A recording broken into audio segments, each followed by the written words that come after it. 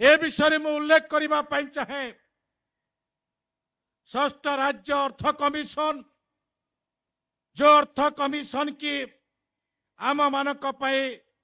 4883 कोटी टंकार अधिक व्यय व्यवस्था करिसंती जहां मध्यरु आम 2030 कोटी टंका सीधा तल सड़क अनुदान ग्राम पंचायत पंचायत समिति जिला परिषद को जीव 60-30-10 अनुपात ए व्यवस्था जो षष्ठ राज्य अर्थ कमिशन सहायक अनुदान अधीन आम पंचायत भित्तिभूमि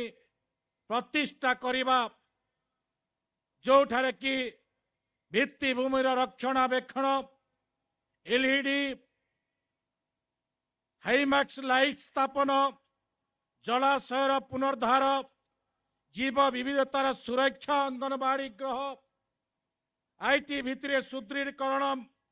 मत्स्य तालीम सहित युवक मान को तालीम देवा महिला मान को तालीम देवा ए व्यवस्था भित्तिरे विद्यालय स्वास्थ्य केन्द्र अंगनवाड़ी गृह आजिर ए अर्थ व्यवस्था को सुदृढ़ीकरण करिवार निर्णय नैछु 16 केंद्रीय अर्थ कमिशन जो अर्थ कमिशन की आम 2404 कोटी टंकार अनुदान पाइछु जारी भितरे